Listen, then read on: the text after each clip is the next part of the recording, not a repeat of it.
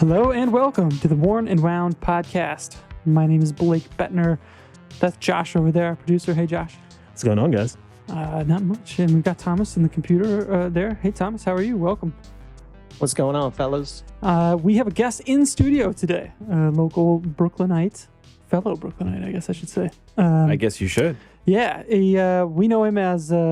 I guess you know him as Danny Milton, too. We all know him as Danny. He is the Danny Milton. He is a editor at Hodinkee. Of course, Danny, welcome to the podcast. Thank you very much. Appreciate it. Really glad to be here. Yeah. And it's nice to have people in the studio here. It makes a big difference. It's hard to talk with people in the screen there, Thomas, I'm going to be honest with you. But we'll keep you on just for this one. So, no Zach Kazan today. He is off on assignment somewhere. Speaking of Watches and Wonders. Sounds like it's happening this year. It sounds like I got enough emails today that it sounds like it's happening for sure. Yeah, I spent a good chunk of my night last night making appointments and all that. I'm sure it'll all change 100 times before we get there. So we didn't know for sure if this was going to happen or not. But well, it's because last year was the same kind of thing. I mean, there was Geneva Watch Days and Watches and Wonders, and it was like fits and starts. Is it going to happen? And it didn't. Nothing happened. Yeah.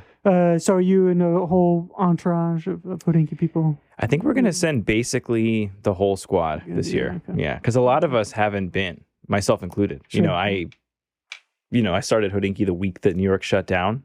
Sort of. That's right. Yeah. Famously or not famously. So yeah. Press trips to Switzerland are something I've been looking forward to since I started.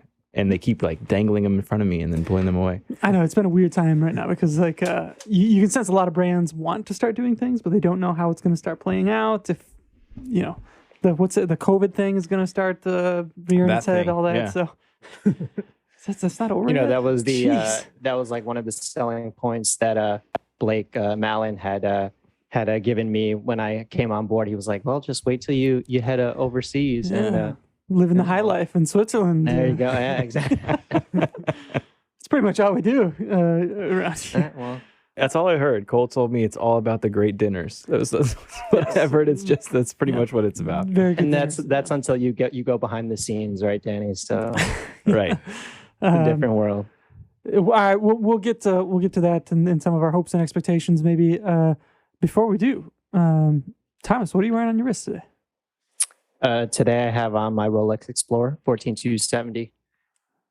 Okay, that's a good choice. That's a nice one. I like that one, Thomas. Solid. For a Rolex, if you're going to do a Rolex, at least, I guess. But Josh, what do you got over there? I have my Seiko Recraft on a new strap, and I was almost going to get rid of this watch. And you ever just have, like, you switch up a strap, and all of a sudden it changes it 100% how you feel about the watch? Totally changes personality. Yeah, now I want to pick it up all the time now. Yeah. Love it. Danny, what do you got on over there? Got the Rolex GMT Master, the blue-black Batman going today. Nice. Yep. Very nice. That's the OG Batman. The OG Batman. The 116712. Yeah, there's no coronet between Swiss and made on this one. Yeah. The coronet's over. Yeah, exactly. You got to keep it real. The 31 series movements, I think. Totally. I don't need the power reserve. I'm wearing it. Yeah, there you go. All right, well, I'll jump on that bandwagon. I'm wearing 116519 LN. So there you go, all around. That's nice, like the Oyster Flex. Yeah, it's comfy. Yeah, it's kind of rainy out today, and it's still cool here, so we can have long sleeves. Oh yeah. So you can wear it in relative anonymity, I guess. So it works out. Yeah, look at us. We'll get you a Rolex one of these days. No desire for Rolex. No, I really don't. Not a Rolex. No guy. desire. No, none whatsoever. Yeah. You got a nice little collection going there. I do. I'm starting to actually really enjoy it right now. Yeah. And then I got my one on the way that everybody knows that I. Oh yeah.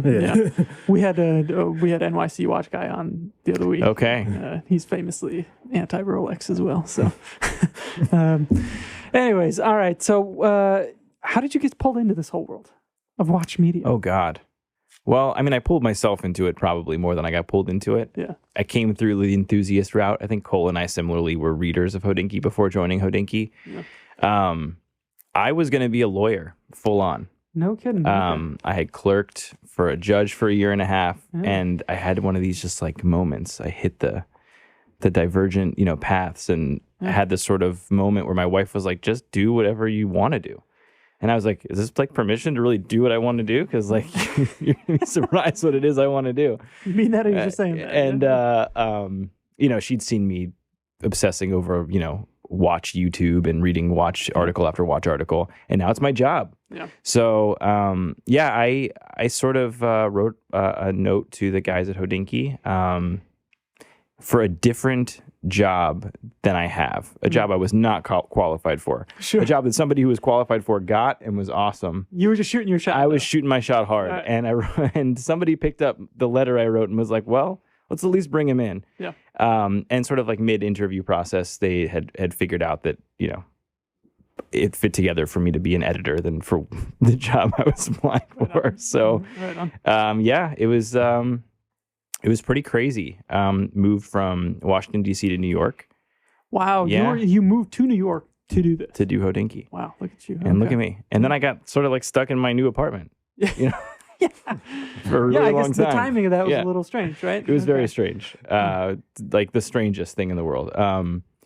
But yeah, I wouldn't have done it any other way. Yeah. Very cool. Danny, were you doing any writing beforehand? Like, so have you had done an official watch article or review, or were you just like something you just like kind of dove into or knew that you wanted to do it? So I'm a super strange weirdo. So before I was in law school, I was a film major, and then I went into journalism and media for my first job. So I was writing and actually helping run a journalism program for students who wanted to come to DC to pursue journalism. So I was actually helping teach writing courses, and so I'd written for publications non-horologically, but in other areas. So I had the writing chops, and it was more the watch enthusiasm and watch knowledge. I was able to pair those two things together. You've been into watches though for a while. For years, forever. Okay. Yeah.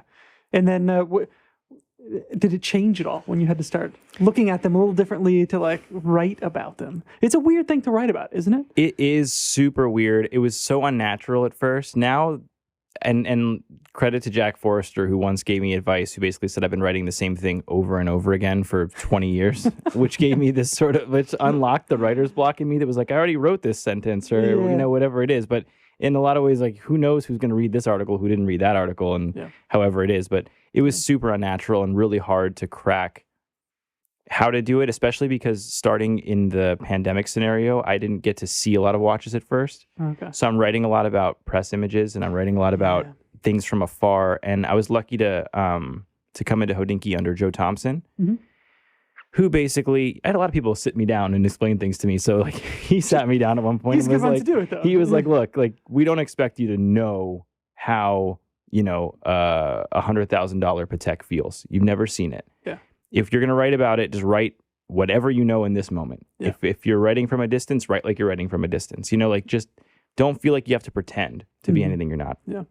Over time, that stuff changed. I was able to see a lot more watches, write about a lot more watches, and the whole thing's kind of opened up. But I haven't loved watches any less, which is the strangest part about it. Yeah. So in your free time, you're still 100%. looking at watches, reading about watches, browsing watch. Okay, yeah. You have to have that, otherwise. I think that's true. Yeah. I think you're hopeless if you don't have that. Yeah. This hobby would kill you in as a job if you didn't love it. It's off the clock. It's even a weird thing to tell people. Yeah. Like I don't even know how to describe it. I haven't figured it out yet. I feel like embarrassed around my in-laws, especially early, like when I first got married, and because I've been married for over 10 years now, and I was early days at Hodinkee when I got married, and so my father-in-law like, what do you do again? It's a blog, right? I take pictures sometimes, watch. It's a weird thing. It's always that question, right? What do you watches like that you wear that like. You write about? What do you write about? Yeah. It's like, I can't explain it. Just go read it. And all the gruff Midwesterners in my family are like... I make a lot of people angry in the comment section. This is what I do. There's a lot of people that are in there that get riled up. So go read that. That's a healthy thing. It is healthy. Right? I enjoy it. So that's one good piece of advice there is don't read the comments, I guess. Or I don't know if it's I haven't really figured out what the advice would be there. I think it's helpful in some ways. I think people are just super passionate. And like the angry stuff, it's just passion. Sometimes they cross the line. That's why we moderate them. But even the stuff that, ends up being 500 words that somebody else is deciding to write in there, they love this stuff. Yeah, sometimes there's a whole other article. It's a sub-article. That's right. On Hodinkee. And honestly, it's a weird thing. Yeah, I mean, you end up saying a lot, and then people feel ways. It's still a watch at the end of the day. Right. not the end of the world. Like, I think it's important to step back, not take yourself too seriously. You commenters out there, you know who you are. That's right. Stop taking yourself so seriously. This is just a watch. It's supposed to be fun. Yeah. And, you know, it's okay if other people have different tastes, other people like different things, don't like certain brands, don't put, totally cool, right? I guess if we all kind of felt the same way, this would be a pretty boring place to, to be working. Can you imagine? So, I agree. Yeah, it is. Yeah, That's like, right. You kind of find your ways. You're in your, and I've talked before about like kind of finding your lane. And I always argued like kind of the first watch that makes an impact on you kind of defines like the center of your lane, because that's a watch that has the most impact. Yes. And then you kind of branch out either way from there, but that's always kind of like the center. It remains like your North Star. Yeah. And so if that's like a really weird freaking watch, your lane might be like off in the middle, and you know what? That's great. And for some people, you know, for me, it was like an old Submariner. So it's like super vanilla, Exactly whatever. But that's like the center of my collection probably reflects that. I've kind of branched out in other like weird areas. I've got some weird watches. I think we all should. But it always like comes back. Me too. To that. And so, did your family have watches? Like, were you exposed to watches from a young age? Yeah, I was basically sort of caught by my dad's Submariner growing up. He had a 5513 matte dial Submariner. Words I didn't know when I was a kid, you know. But it was, to me, it was this cool watch with white circles and rectangles on it, and it just like. Oh, when you were 8, you were like nice 5513. Nice 5513 matte dial. Is the Mark II or 3? That's a replacement bezel insert. That looks a little thin on the bezel, So, but yeah, that's the one that caught my eye, and it's still the watch that every purchase I make branches from it. This GMT Master, it's similarly styled. It's just my way of having my own version of that in some ways. I wouldn't say that my dad was a collector, because he definitely wasn't. For him, it was like 2 watches. He had that, and he had a like a pseudo Thunderbird Datejust. It wasn't really a Thunderbird, but it was, you know, from late 90s, early 2000s, they were putting a steel bezel on it, and effectively it was a Thunderbird. Sure, yeah. But it had like applied Roman numerals, so it was like weirdly, it was super wonky, you know? But those were like his 2 watches, and I still, you know, it was always the Submariner. That's cool, though. I like that you associate that with him. I was talking about it a few weeks ago on here. I bring all kinds of watches home, and like I wonder what my son will associate with me, because it's like all over the map. But I would love it if he's like, oh, this is the watch that, like, you know, when I'm no longer here, he has a watch. It's like, okay, I remember my dad wearing this. I remember us doing these cool things in it. So this is the one that sticks with me. 5513, not a bad one. Not a bad one. I've got a 114060, the not newest, but newer ceramic dateless sub.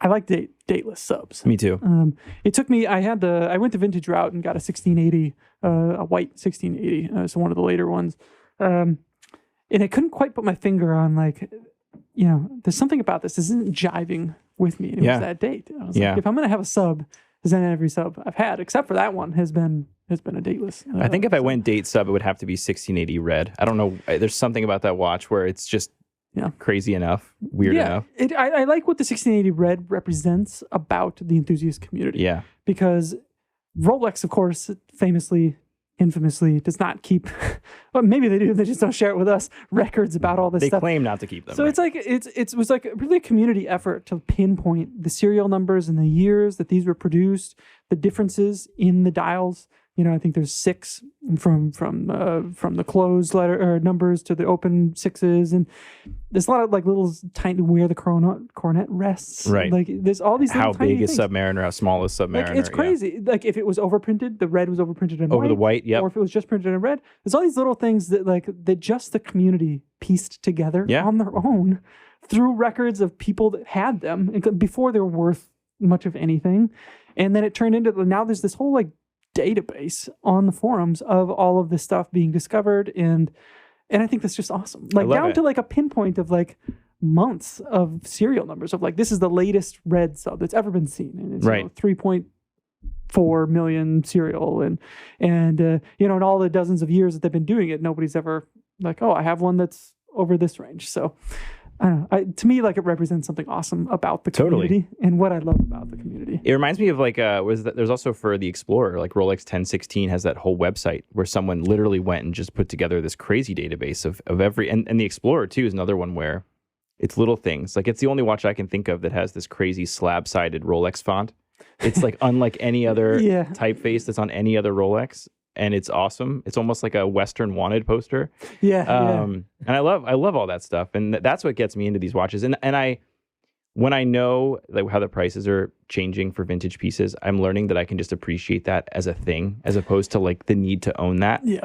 Because as great as it would be to own that, I can just appreciate that, you know? Yeah, I think there's something to be said for that. And like a lot of people, and it's important to know, like if you're just getting into this hobby and you see all the fervor around Rolex right now, which is like craziness and how people talk about it online, there are a lot of us that were into this before it was anything, before Right. there was hype around it, before they were expensive, and now still have some of those watches. Like, and people, I'm sure, see some of the watches I have in my collection and think, oh, he's like a basic whatever. He's got the Rolex. But like, no. Like that fostered my development into this hobby. Totally. Like many, many years back. And like, I'm not going to be ashamed to have one No. now just because like some asshole got into the hobby and is like talking about it weird. Like, no. Exactly. I was here first. Yeah. buddy. So I've had a GMT for ages, from 1675 to the 5 digits to the newer one. Like, you know, it's just something that's been a part of my family for a long time. Right. And one of those watches. So, you know, of course, I'm going to have one. Yeah. I make no apologies for it. You know, for the listeners who kind of want to get an example of this, I would suggest you pull up Danny's article on the 14270, because before I got my watch, that was an article that I read maybe 2 or 3 times.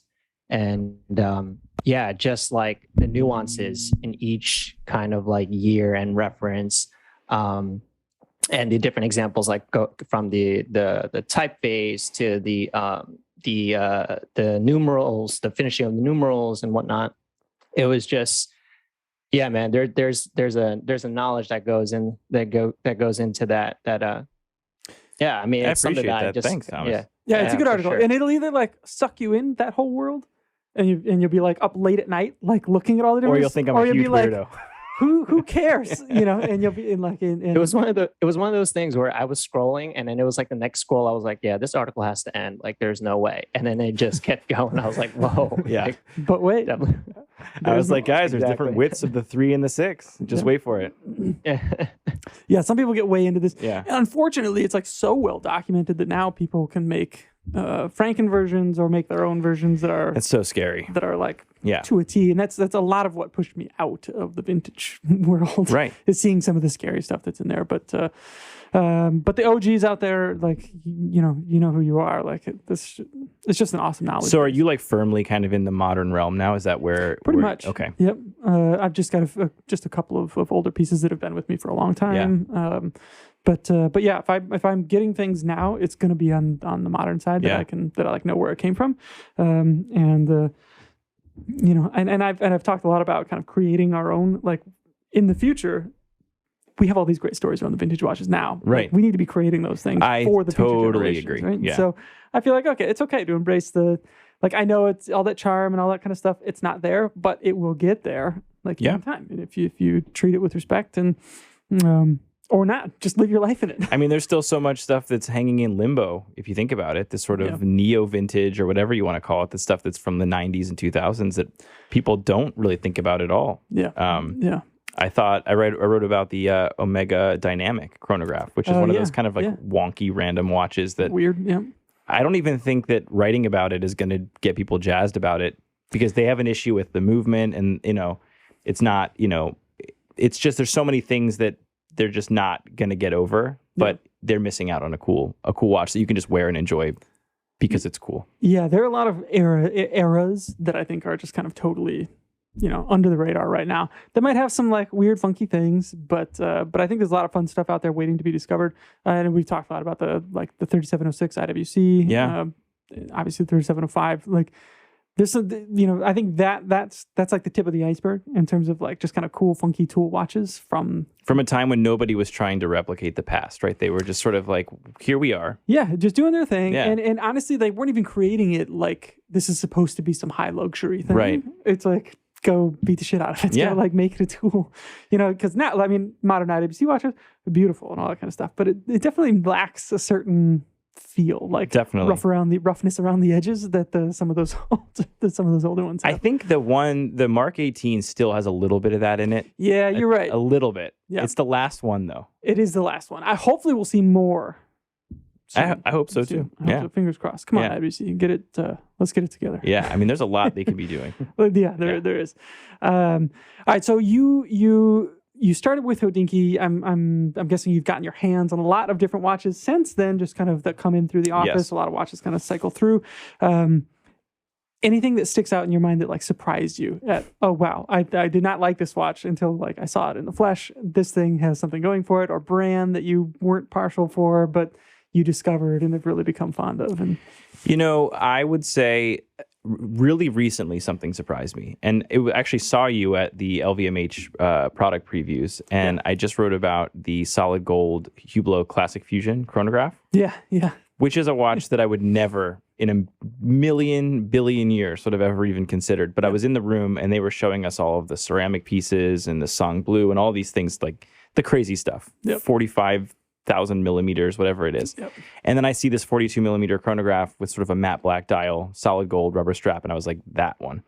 Yeah, to me, and I said this to them when I was there, like that is what I like, the look in my mind that I associate with like the early, very simple, the MDM. I think that's what was on the dial, like the old ones. Like it had that look to it, and it had this like, almost like if you weren't into it, you might look at it and be slightly offended. Yes. But it was its own thing, right? Yeah, it's its own weird thing. But then like I put it on my wrist. I think I put it in our Slack channel. And it's like, this kind of works. It does.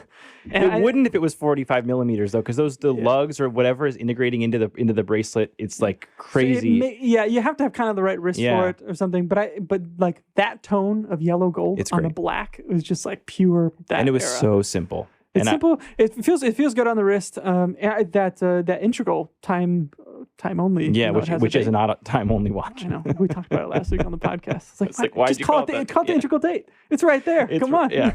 But no, that was a cool watch too. We put it on the site and it got a really great reaction from people. That was fabulous on the wrist. And, it was. And I said it's got that Zenith Elite movement in it. The materials that they're using there are more commonplace in like more entry level quote unquote brands nowadays. Like there's nothing stopping a much more approachable brand from building something in the same vein. Right. I think is that. And that was, I was pretty excited about that. But no, I think that watch was cool. And yeah, I think sometimes it takes something like that to come along. It kind of shifts your perspective on a brand like Hublot. For sure. And of course, like I think gold in general is something I got more into over the last 2 years that I never thought that I would be into. I think I was fully stainless steel bracelet. Yeah. I think maybe that just comes with age. Maybe. I'm expecting like when I turn 40 next year, a flip is going to switch and I'll just be like, I need gold watches. I need just only gold. Get rid of all the steel. Yeah. I need a gold version of every watch you have. A gold day date. Yeah. Gold GMT. And a Miller High Life. Yeah. And I'm good. And you're good. Need at least one. It goes well with the Miller High Life. Exactly. It's a champagne. What are your feelings on gold, Thomas? How offended are you on a scale of 1 to 10 right now? how offended? No, not at all. I mean, because you're too young. Well, the thing is, I have the Reverso, right? So that's a gold watch. That counts as a gold watch, right? And that just wrote about. That's right. Yeah. That just went up on the site. That was good. Credit where it's due. That's a proper. It's a good read, by the way. Yeah. No, thank you. Appreciate that, Josh. Yeah, but no, offended? No, not at all. There's a charm to it, man. I can't really explain it, but I think that if I don't know if I would just dive right in and get like a solid gold watch. I don't know if that would be like my avenue. I don't know. Like would the proper way to go a steel and gold, so a two-tone? Like would that be like that's like dipping your feet in the water? That's like you're not jumping in. You're checking the temperature. Although I love two-tone. It just depends on the like a two-tone Datejust is a watch I wear all the time. Granted, it's like a watch I've had forever. Yeah. So I can't tell if I just like it because I'm used to it. And that's the other thing. Like to your point about somebody whose entry into the watch world is some wonky, crazy thing, they like that because that's what they know. Yeah. And I like two-tone because that's what I know. That's what I get. But I can't tell if it's just pure bias, personal biase. Yeah, two-tone. And that's neo vintage right there, right? Doesn't get more neo vintage than two-tone. Yeah. I think it works. Like when it's done well, it works really well. Royal Oak sometimes does it really doesn't well. work. Royal Oak does it well. Yeah. Cartier Santos, I think, does it Does really, it the really well, best. too. They might do it. That might be the best Like, execution. to me, that's what I want to see. You get that pop of blue on the crown too, so it's like it's good. Yeah. Yeah, and of course, yeah, they just the Explorer 1, the new Explorer 1. I'm into In the that. two-tone, you can do that. Yeah. I wonder if those are gettable. Are people buying those? I think so. Yeah, Plus, you all these the prices went up kind of big on a lot of these, they did. like $1,000 Yeah, big. they did make a jump there. Danny, are you going to pull a trigger if they make a all gold Rolex Explorer? I might have to now that I put it out into the world. I might be forced You to. you created one. I mean, not created, but like, that was like one of the watch that you would want to see in 2022, right? There's no way that it happens in 2022, but it would be hilarious if it did. What would you like to see the most happen in 2022? Or what, is there like a trend from last year that like I get on board with this? I want to see more of that. It's so hard to say because they keep doing the things that we want. Like the upsizing of the Submariner had the effect of creating the case silhouette that we want, in a way. Yeah. Even though the size is different, they returned the Explorer to 36 millimeters. Yeah. They did the same thing with the Explorer 2. They kept a watch that everybody likes. I just hope, here's what I want. I hope they don't discontinue the Milgauss. Okay. I'm hoping that something doesn't go away because I can't, at this point, there's no point in me just like picking something. There's a couple of things. I hope they don't screw with the Daytona. Mhm. And I hope they don't discontinue the Milgauss because if they upsize the Daytona, I'll be very upset. What if they merge the Milgauss with the Air King and call it the Milk King? The Milk King. I will not be able to not see the word milk in there. This is a credit to Morgan King who came up with this. Oh, what a guy. He wants to see those two merged. It would literally look like the word the milking. milking. Did it not come off that way? I don't know. Yeah, you're right. Milking. No, that's all. Yeah. God damn it. Yeah, now you can't Sorry, Morgan. Yeah, I can't unsee that now. Yeah. No, we can't. Yeah. The Rolex milking. The Milking. Yeah. Ooh, that works on. I mean, those watches are what? They're in the same exact case, Yeah. same exact bracelet.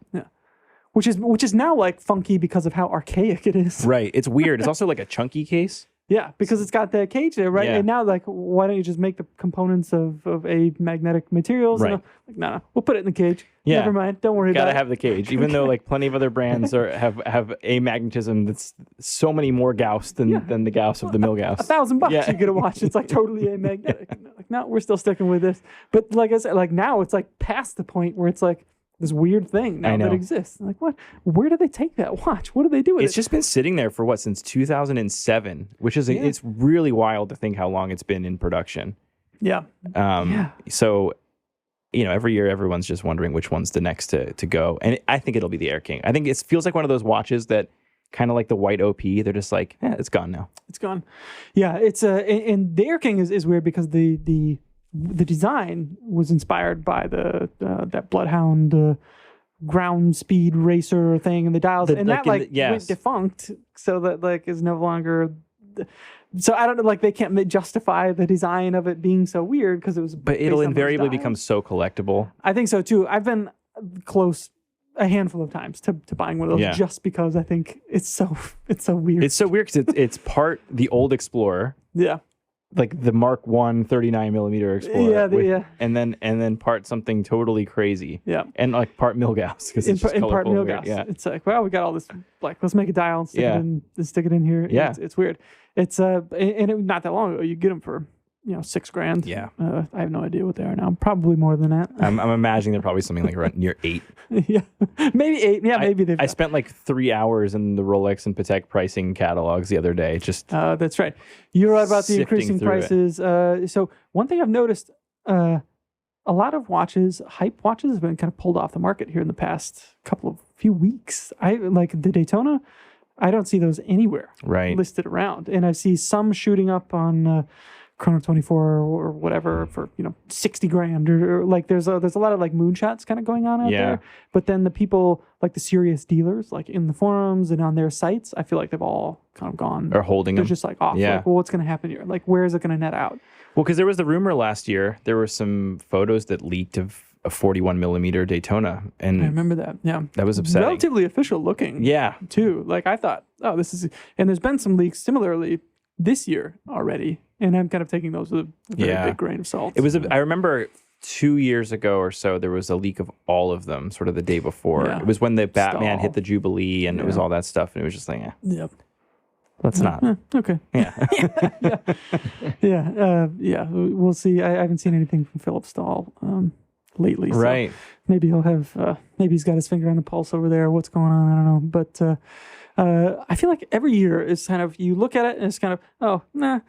And then as time goes by, more starts to sink in, and then maybe that's us just falling victim to. I think the whole- so. I wonder. I'm trying to remember. It's the weird stuff that excites me. When all the colorful OPs dropped, I was like super into that silver dial. Yeah. You know? Oh, the silver dial. Yeah, Okay, I was just like, hey, guys, there's this like- other one there.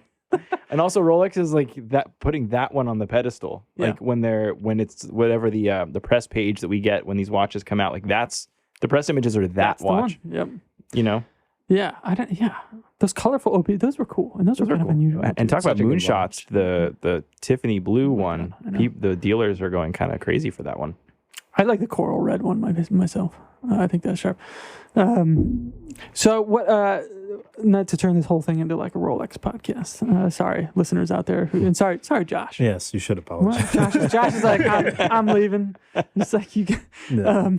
I do like the Milgauss though. That is the one. The Milgauss is the funky. Wait, but which one? There's a few of them. What color? I really, I don't know. For me, it's just like I like the case design. The color. I haven't really decided on a color per se, but I just like, out of all the models that I know offhand, that's the one It's I a great actually one. gravitate to. Yeah. more It's so the than non-Rolex person's Rolex. Yeah. To have. Yeah, Josh, you would strike me as a white dial Milgauss type of guy. White dial Milgauss. Yeah. White dial. It's a If sharp watch. someone gave me that, I wouldn't be upset about it. If that was in your mailbox, it wouldn't. He's like, nod to wink, wink. Yeah. So are there any like smaller micro brands that you follow, that you pay attention to, that you like what they're doing? You know, I've been, over the past couple of years now, Baltic has struck me as something that's interesting for a specific reason, affordability, and it's not a revival micro brand. Yeah. So to me, as much as I love the stuff like Nevada Grenchen and the new Excelsior Park stuff, which is sharp, it's very cool. You're using the name of something that was once one thing. Yeah. And now it's something totally different. Yeah. Which I guess like I could argue against myself and say every brand is kind of like that as leadership changes, and Swatch Group buys Omega. Is it different now? Whatever. But I don't know. But I think what Baltic's interesting to me because it's using everyone's enthusiasm for vintage watches and just creating stuff inspired by many things. Yeah. Every watch is not one single thing. They're kind of a smattering of things that people are kind of into. And the GMT struck me as the most fun execution of that. Yeah. Yeah, no, he's got a good point of view. And Etienne, of course, has a collection of watches from his family Right. that he kind of continuously draws inspiration from. So, and he does it in really unique ways, I think, without being too, it's obviously that he went to that one or this one. It still kind of manages to be its own thing. What'd you think of the micro rotor? I like it. It definitely leans into the Hard. this is a formal watch. Yeah, You know? right. And so I mean, some of the older ones I think are probably more like my own style. Yeah. But I mean, I like what he does over there, and I think that's a brand that a lot of eyes are on coming into this year. Yeah. What are they going to do? What's that next step? Well, gonna when they be? got into Only Watch, I mean, that was kind of like a, hey, we're here for more than just what you think we're here for. I mean, that was kind of an establishing move. That was awesome. I would Yeah. love to see Only Watch, by the way, like incorporate more brands Right. like that. Like getting a Serica in there, a Laurier. Yeah. I mean, stuff like that. And like, say, let's see what these guys can do when you kind of pull out the stops and, sky's the limit. Serica's another one. Very cool. So, Yeah. Yes. Yep. I like what they're doing a lot. Those were in my 5303 for a while the other day. It's still just a watch that puts a smile on your face every time you put it on. I think that's another brand that a lot of people will be paying attention to Definitely. this year.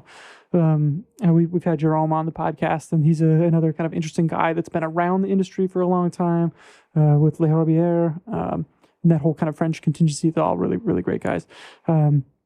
It's an exciting time, but it's I also think like so. there's a lot to weed through to Right. like kind of find, okay, there's something interesting going on here. Right, because there's so many Kickstarter brands or whatever it is, Yeah. because you can do this. You can find the means to manufacture a watch if you're creative enough, Yes. And I think a lot of people are kind of entrepreneurial Right. and, finding a niche that they can get into and have something made.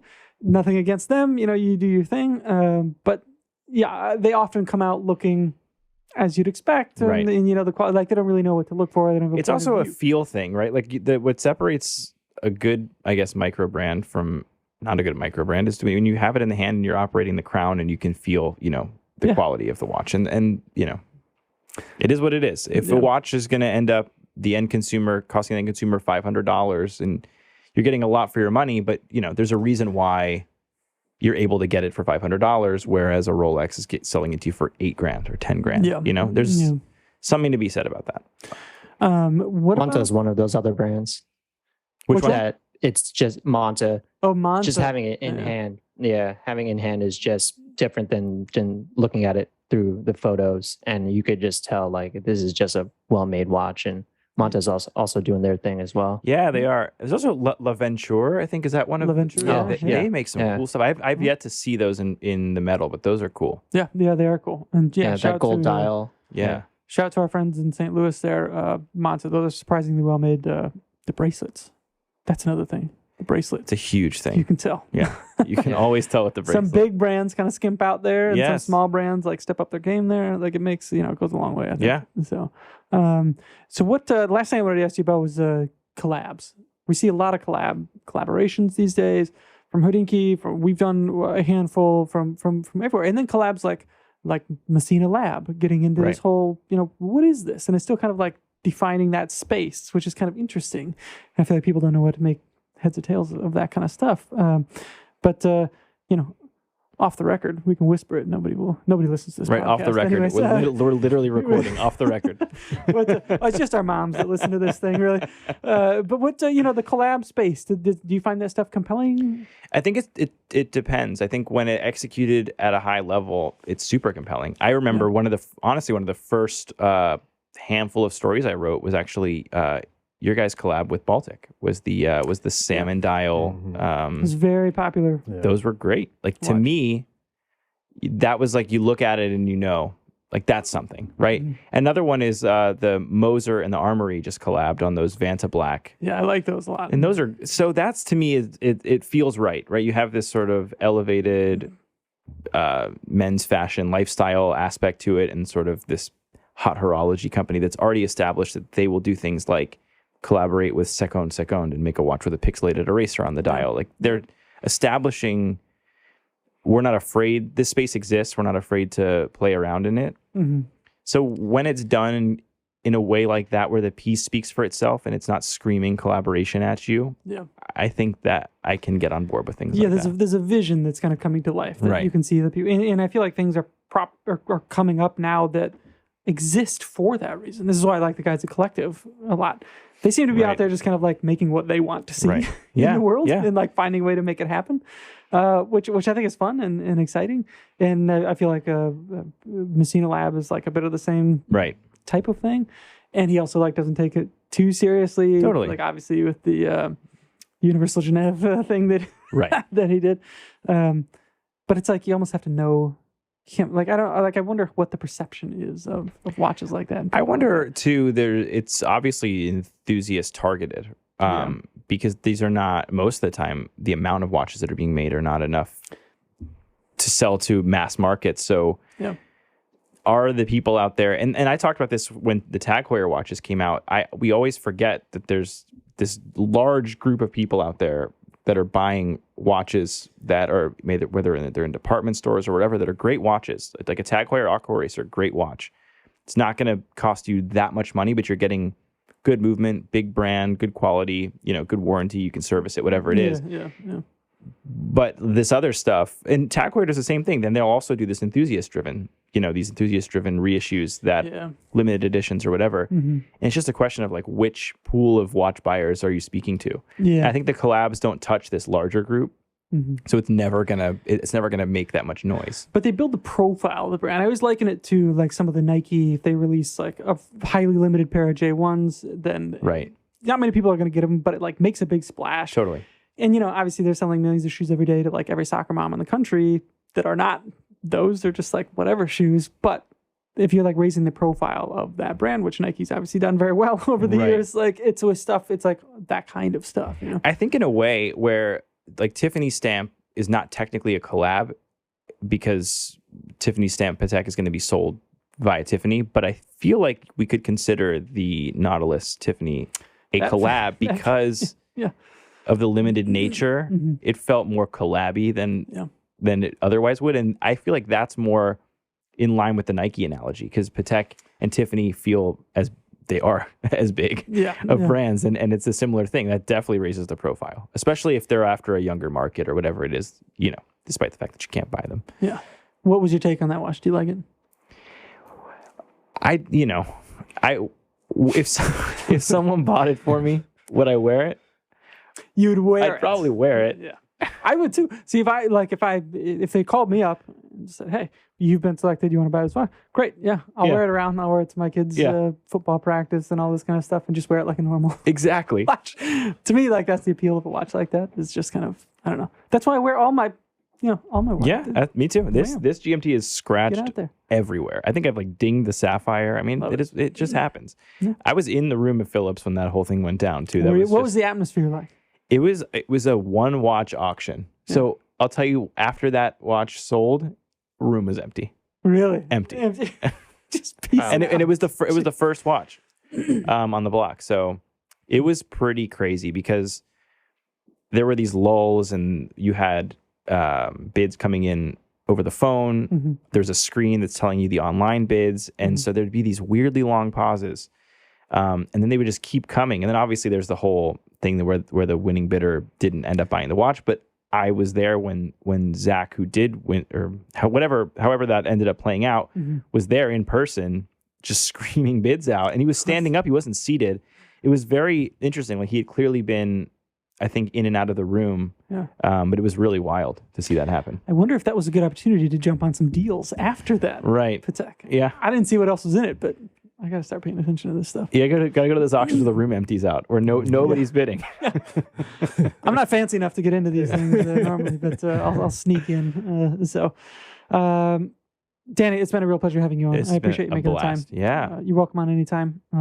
You can come to the office, drink beers with us, and chat watches. Then we'll really be off the record. That's great. You can tell me what you think of these Jack Force. Yeah, when the record button's off, we'll dish. No, just kidding. We love you guys over there, and keep up the great work, obviously. Thank you. And Likewise. I guess we'll see you at Watches and Wonders. All over the place, yeah. Absolutely. Thomas, hope to see you in person again soon, man. Yeah, likewise, man. All We right. could try to go for that late night taco run, That's right. and hopefully next time it's a It'll be successful open. one. That's right. Yeah, yeah. All right. There you go. Well, thanks again, Danny, and thank you for listening. If you have any comments or thoughts for Danny, drop them in the comments below, and we'll send them his way. Complaints, suggestions, concerns, whatever. Send all the complaints. Send them to us. That's right. All right. Thanks for listening, and until next time, take care.